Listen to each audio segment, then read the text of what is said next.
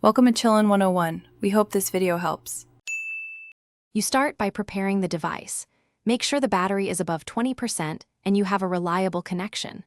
Once ready, open Settings and go to Apps or Apps and Notifications, then choose the menu to show System Apps so hidden launchers appear.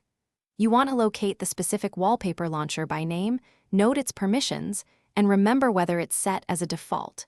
Doing that prevents surprises later and explains why the app resists removal. You now stop the app to halt any running services because active processes block changes. Next, clear cache and clear data or storage to remove persistent settings and account links, which prevents it from reasserting itself. Once cleaned, uninstall updates if allowed. This often restores the app to a removable factory version.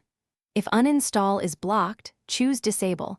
This detaches it from the system and stops future launches, making it effectively inert. You finish by removing the launcher as the default.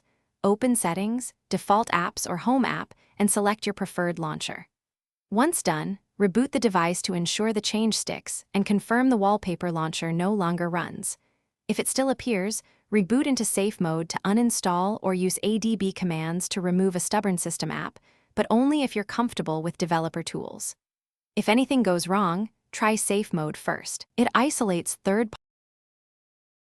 Thanks for watching. Consider subscribing if we helped you.